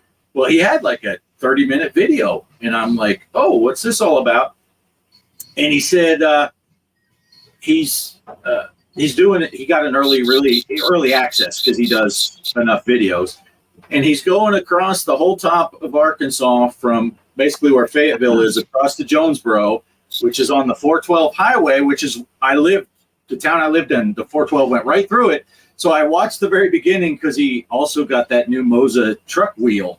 And I'm like, I wanted to see that. That's an awesome steering wheel, but I'm not going to watch it because he's going to do the drive I'm most excited to do on my own. So I didn't watch his video because I didn't want to give myself spoilers. And I even talked about it in my last video that I did getting ready to do it. I said, which is kind of funny because I want people to watch my videos of Arkansas, which could give them spoilers, but I don't want to watch someone else's video that gives me spoilers. But so I'm excited about Arkansas. It's coming out, and Greg's excited because the next state after that is Missouri, where he lives. So, but that's a big stepping stone that's coming up. And Nice. Oh, I think T-Dog was heading out. Sorry about that, T-Dog. Congratulations. Good win. Good job on the thing. So that's my big news for the week. And I know we're probably going to wrap up a little early for us, which we're already been on an hour and a half. Poe's got work tomorrow, right, Poe? So you got to get up. Back to work. Yeah, I'm back up at 3:40 in the morning. So he's getting up in the wee hours of the morning. I was up at the wee hours of the morning this day. Greg's not feeling well, so he had to pull out early. So, well, before we do head out at all, I just got to let Mr. Postile, you understand that the idea of a green screen is to show different. Have something behind it. Right? I don't see anything up there. It's yeah. you gotta get. He's working into it. He's only been doing YouTube for 3 years. It takes a bit. It takes a minute. Yeah, he puts his gameplay in there for his challenge videos and stuff. Yeah, that's and if you want to, you can get spoilers sometimes because if he talks long enough. No, wait, not if. When he talks long enough, right. You'll see a score sometime flash up there, and then you already know the game. I act like it's a mystery, but it's in my thumbnail. It's in my title. This week we're going to play. What are we playing? It's playing behind me. It's in the thumbnail. It's in the title. Right. You know, there's a girl that we watch. She'll do reaction videos, and she'll say, "And to this week's movie or this video's movie I'm watching. In case you haven't read the thumbnail or looked at the thumbnail or read the description, I'm like, well, how do they know where to click? Are they just opening YouTube? They saw the thumbnail or read the description. It's kind of hard to. I heard a great tip from a YouTuber, a bigger YouTuber, and he was just on a video talking to somebody, and he said, if you really want the interaction on your videos, say stuff that's wrong about the game or whatever you're doing on purpose. People are going to come in there and correct you right now. People you never seen before. I'm like, that's not a bad idea. Somebody mentioned that on a mentioned in the forums of a tech forum. If you ever need help with something, ask your question on the tech forum. Log in with a different account and say a completely wrong answer. Oh, you just connect the red wire to the blue. You're fine. And everybody will chime in and say, no, here's how you do it. Because people love to correct other people. Oh, yeah. That is brilliant. Yeah, you nailed it, man. That's it exactly, Mr. Postile. Yeah. Hey, Polo, good to see you, buddy. Hello. Yeah. Polo, I know you were really into your iArcade for the longest time, and you were in the Discord. You said there was something wrong with the monitor, man. If I were you, I would get a replacement monitor and get the Viper. I know you love that thing, so you were asking about it, and you said maybe just letting it die with the monitor. But man, I'd keep that thing running if I were you. Oh yeah, that is the best machine. I've built several main machines in the past, and that's the best multicade I've ever owned as far as build quality. Of course, that could be my own building skills because I built all of the other ones I've had. But it's a good quality machine, and if you get Glenn's deck and that mystery coder chip makes it a whole different ball game. It's just brilliant. So and then with the Viper now, it's pretty cool. Some of the stuff you can do. But do we want to roll into some final thoughts here? Yeah, I should probably go because I gotta take off to go pick up my son here soon. He gets off at 6. Okay. So, I do want to say, since you're going to go, Mike, this was kind of for you in that Retro Realms game that's coming out next month that I posted about to you guys, the Halloween one. Oh, yeah. And then Ash, the Evil Dead. I was watching another video on that today, and those apparently those aren't going to be the only games. There are going to be more coming up. When they first turned on the game, the developers, it shows an arcade cabinet with Halloween and Michael Myers, and then across from it in this arcade room, it shows Ash and the Evil Dead on the other one. And then there's other arcade cabinets that are covered with a canvas. Oh. So it's going to be other horror games, other franchises. We don't know what it's going to be yet, but, there's a good chance you're going to get a Texas Chainsaw Massacre game in there, and Chucky game. They talk about that being a possibility. So that game is the physical pre-order is out now, and I think they were only doing 5,000. I can't remember if it was 5,000 total physical games for it or if it was per platform, which is PS4, PS5, Xbox, and the Switch. Oh yeah. But just over a month from now they'll be shipping those out, and then it's just going to be digital download if you don't get the physical pre-order on those. Yeah, that's with Karate Kid too. They're doing the beat 'em up. Like that kind of art style, so they're releasing that as well. Oh, and nice. It's supposed to be from the, I think the 3 movies. So not from Cobra Kai, but back when he was young. You could be Miyagi. Probably that. That's cool. Yeah, and then was it Chosen from? Yeah, it looks fun. I'm like, oh wow, I got to play that stuff. So But I never anyway, did try the Cobra Kai game. They had that out too, I think, for the yeah. Switch. And Yeah, they have it for Xbox and PlayStation too. Yeah, it's a beat 'em up. Oh, what was I gonna say? I already pre-ordered Silent Hill the remake 2. So that's coming out next month, and yeah, I'm looking forward to play. I did watch gameplay. They had it on YouTube. I think GameSpot played for it for a little bit, and it's a lot different. It's I was just watching that person play, and it got me kind of freaked out. Like, oh, before, if you played it, you kind of know all where the surprises happen at, right? And this one's just completely. It seems like it's more different compared to the original and stuff. And I like the direction they're going with it. And I'll probably give my thoughts when I get the game and beat it. Then I might put a video. It depends though, because what I've been kind of noticing when I do a PS5 video, it takes up a big chunk of my SSD space, and I got 1 terabyte that I dump the footage in there. So if I'm recording a lot of gameplay, it's almost filled up. That happened to me when I did Fallout Far Harbor. I'm like, shoot, I don't know if I'm going to be able to do a lot of the newer games until I buy a bigger hard drive. So I'm going to have to get a bigger, like a 2 terabyte SSD before I even shoot a video on that. So, and then I'm still working on Silent Hill 2. I got the intro done, and then I'm going to start filming inside here. Of course, I'm going to be using a green screen like Poe has behind there, utilizing that. So I'm going to do a skit. I already planned everything out on it, so it's going to be good.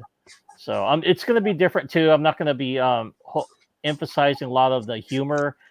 It'll just have the skit, and then it'll be just a normal documentary video. I think I'm going to be doing that from now on. So when people see the videos, they'll just have that same kind of pattern to it and stuff. And yeah, I look forward to releasing it here soon. Well, not soon, but later when I'm done. Nice. And that's all I got, and I got to take off. But I'll catch you guys later. I got to go. Mike. All right, Mike. See ya. Later. Mark. Oh. Bye. All right. Yeah. So, Ed, did you have anything final thought-wise you wanted to talk about or promote or whatever you want to say? Anything I could interrupt? Yeah, prepare yourself. Here we go. No, I just wanted to, thank you for allowing me on with you guys again. And the new Zen tables are awesome. They've had a lot of new packs coming out. Jurassic Park, the Kong video, or the Kong tables, the Universal pack, and there's going to be more coming. So, sadly, it's just for the 4K version. The HD version is not getting any love on those, but it may be time to upgrade if you haven't yet. It's pretty awesome stuff. And finally, Bart, I love the albums on the back wall there, especially the story of Star Wars. That's one of my favorite all-time memories as a kid. Oh, man. MP3 versions of it, that a version that I listened to. And what's the third one? I can't tell what the third one is. Yeah, I got the Star Wars, and then Grease, and then the Rescuers. I'll be damned. He animated the mice, Bob Newhart. And, Bob Newhart, yeah. Wow. Yeah. One of the, was it Ava Gabor? One of the Gabor sisters. Yeah, one of the Gabor. Bianca. And yeah, and apparently if you get the DVD version or the Blu-ray version, there's a scene where they're flying by and there's a naked lady in one of the windows for one frame. One frame nudie shot. Was it Ava Gabor? Yeah. No, someone just took a clip from a Playboy or something and put it in one of the windows. But I loved that movie when it came out. When I was a kid, it came out a long time ago, and I loved that movie. And I got Great the selection. Star Wars and Grease are my favorites as a kid as well. Fantastic. Yeah, love it. Yeah. So those are pretty. And normally there's a shelf up here with my train. I have an old 027 gauge train that was my dad's. And when I came out here to turn on the air conditioner after work and stuff, I looked on the floor and I looked. Apparently, I don't know if a dust devil or a blast of wind hit the trailer, but the whole shelf fell down. So I got a mess over there. We had a train accident inside my trailer here. Well, that sucks. But yeah. Hey, has there been any talk at all about Pinball M stuff coming to Just rumors and comments in the different places I frequent and talk to folks. Everybody thinks it's coming. Yeah. Nothing confirmed yet. What's your favorite pinball M table? Or have you been playing them or? No, I really haven't, to be honest with you. I did a video on it, if you remember, from the start, and it's fun stuff, but I don't really have a favorite. Okay. Yeah. You? I'm still partial to the Chucky table. Chucky, I was going to say. Yeah, but that Texas Chainsaw is really cool, too. The newest one they put out, that's a pretty cool table. So it's hard, they release a new table, then you play the crap out of it for the next couple weeks, so that it's kind of gets ingrained in your head. But every time I go back to Chucky, I remember why I like Chucky. And as much as I like the Legends 4K versions of the Zen tables, the few that I have, I want to play them on Pinball Effects because of the whole user interface and getting the cool prizes and collectibles and stuff. Honestly, I really dig that. I think Pinball Effects does a great job of that. Yeah. And you still have all those on the go options, right? You're doing it the same as you did with your HD table, right? You just exactly. Yep. Line it in. I also have the advantage of adjusting my view as well, which Legends 4K you can't do that. Right. Yeah. Now, but as opposed to your original At Games table, you didn't have to get that Bibs board, right? For the thank goodness. None of that. 4K, it's ready to go, right? For all that stuff. Fantastic. So really that's well good implemented. Too. So, Bo, did you have any final thoughts? All right, so we'll just move on.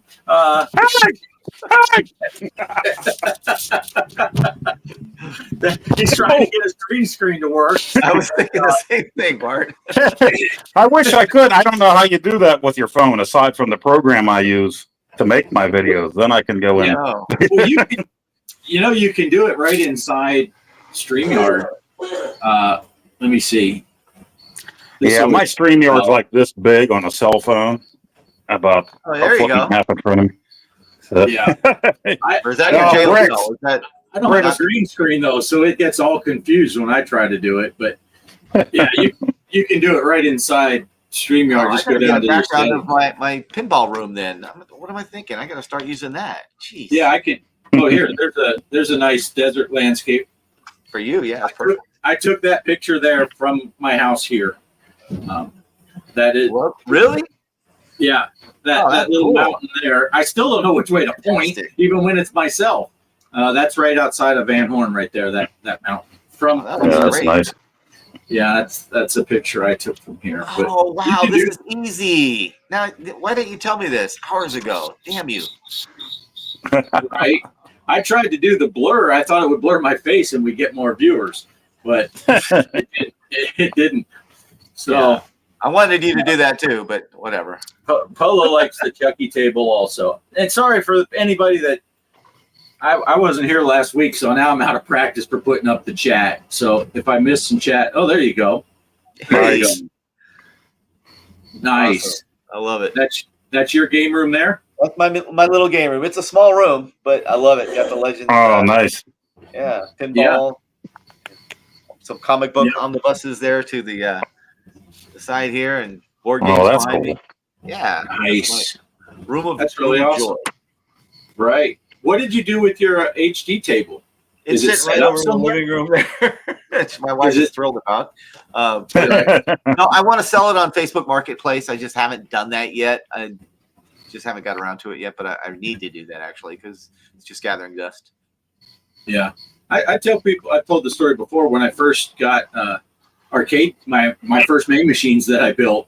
I had them in the dining room at our house in Arizona before I added on a game room.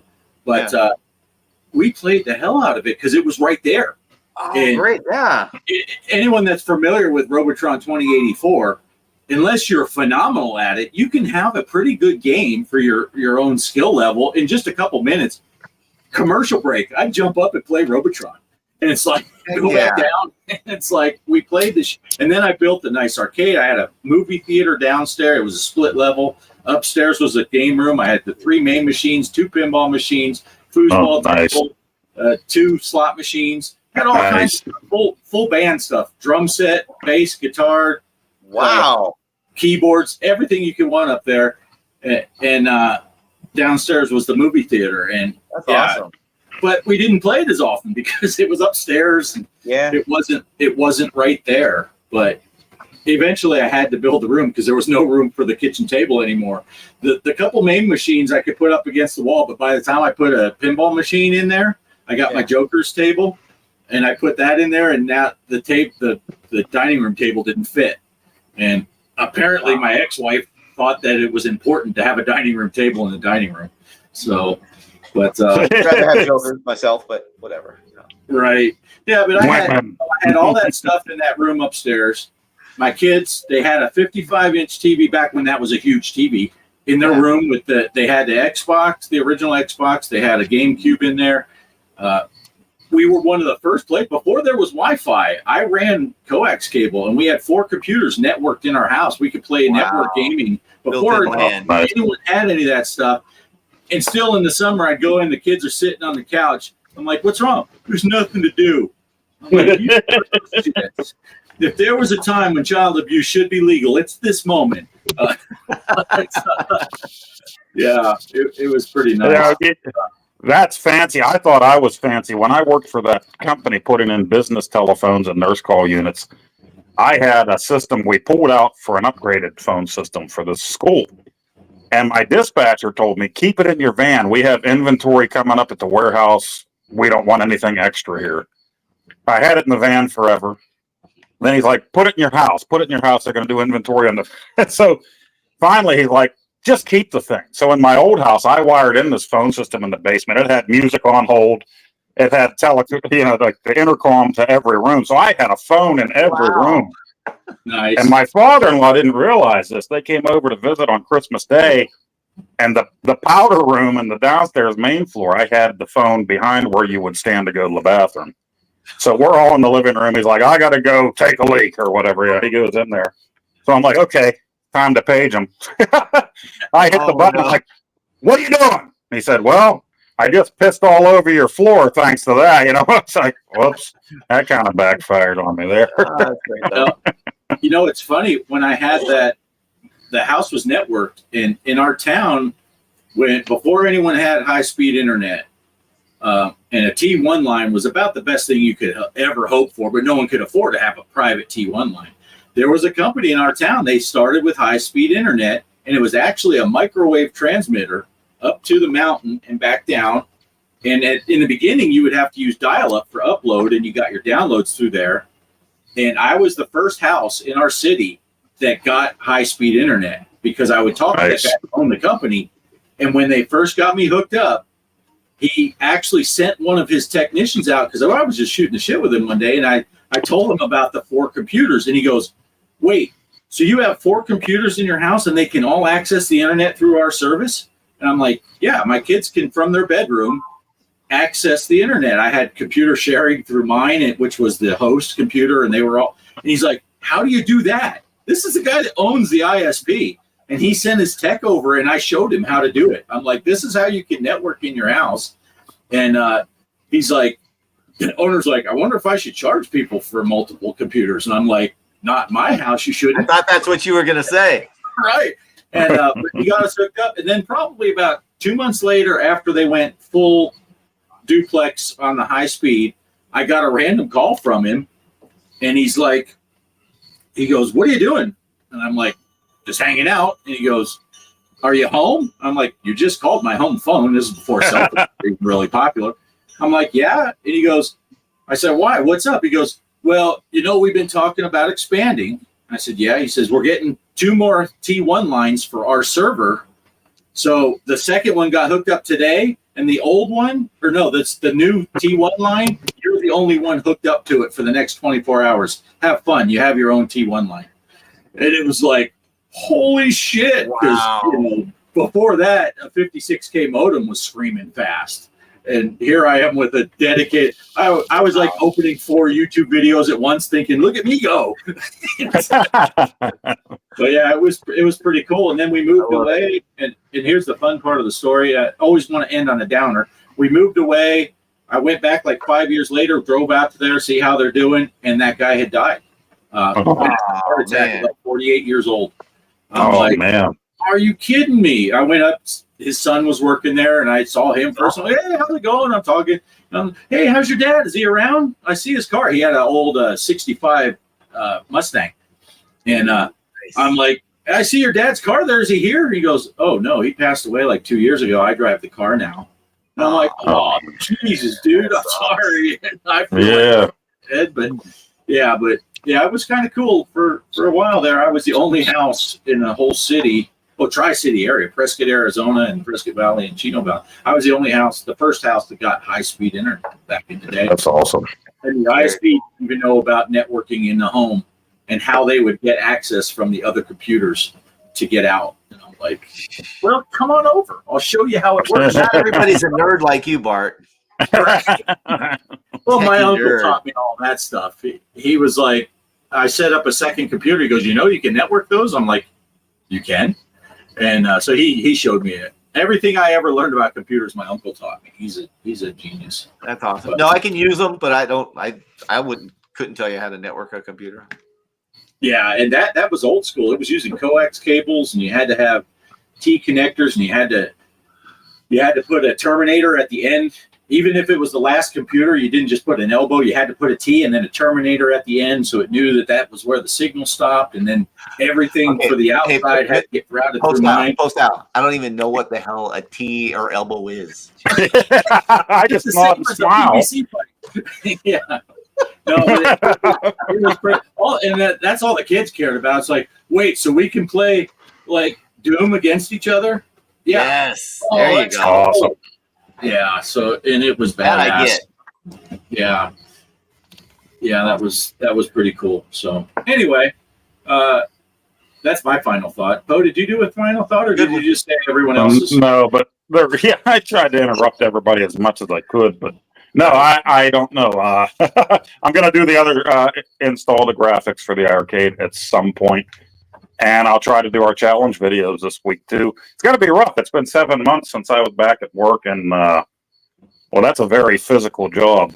10 hours a day. I mean, with my driving and getting there early, 13-hour days with this job. So, with me not doing much in the last 7 months, I think I'm going to be pretty wiped out all week here, probably the next month until I'm used to it again. So I'm going to try to get my videos out when I can, but yeah.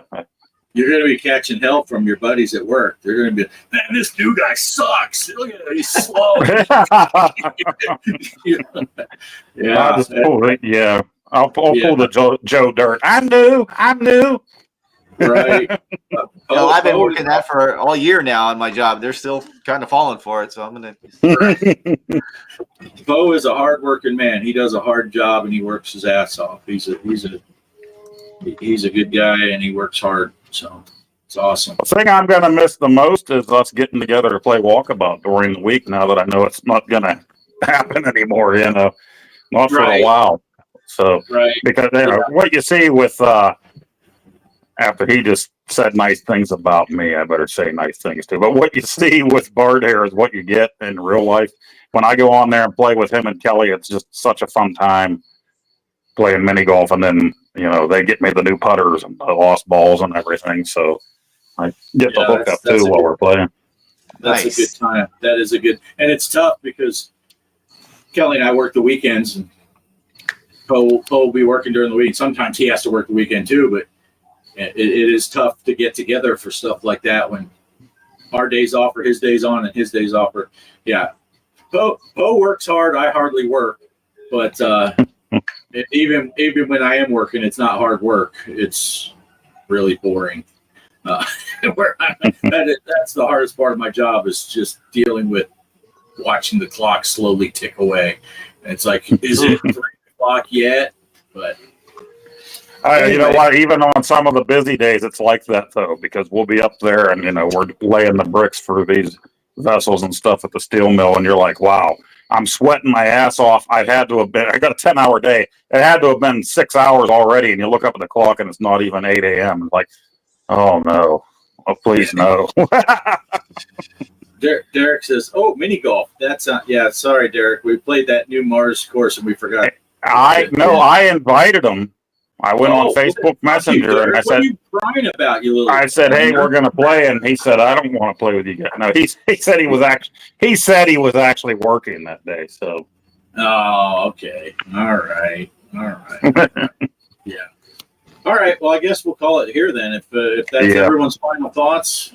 Thanks for everyone for being here. Ed, thanks for coming in. It's always fun to have you on. You. Definitely. Anyone who I think everyone who's here already knows you and knows about your channel. But anyone watching these in the replays, if you don't know Ed, check him out. Digital Victory, it says so right by his name, right there on his screen. Excellent channel, a lot of good pinball information, great knowledge. Me and Bo, we still make our shit videos, and you can watch those if you just want to turn off your brain and not learn anything. Right. And you'll feel better about your own game playing skills. You watch our stuff. If you want to learn something so you can improve, you watch Ed's stuff. Only in pinball, though, unfortunately. So yeah. But it's great stuff, though. It's great stuff. Yeah, appreciate that. All right. Kelly says, good night, guys. Great show. It's always great because Ed's here. So we have to step up our game. And Mike and I didn't even get to talk about the PlayStation 5 Pro. That was on the agenda, but maybe we'll get to that next week. Yeah, we'll have to. There you go. Sneak preview for next week's show. We'll have to get to that. Yeah, we tried to get a little bit of an agenda for this show, and it ran longer, and it turned into the ice cream and cookie show instead. That's right. Well, nothing wrong with that. That's important stuff too. So, all right, I'm going to find this. I got to play the Greg music because I'm not ready for an outro. I'm going to find us an outro, and there it is. The same one I always play. It's 12 seconds long. I can handle that. So, nice. Thanks for watching, everybody, and we'll catch you next week. Same bad time. Good night. Good night, chat. See you, folks.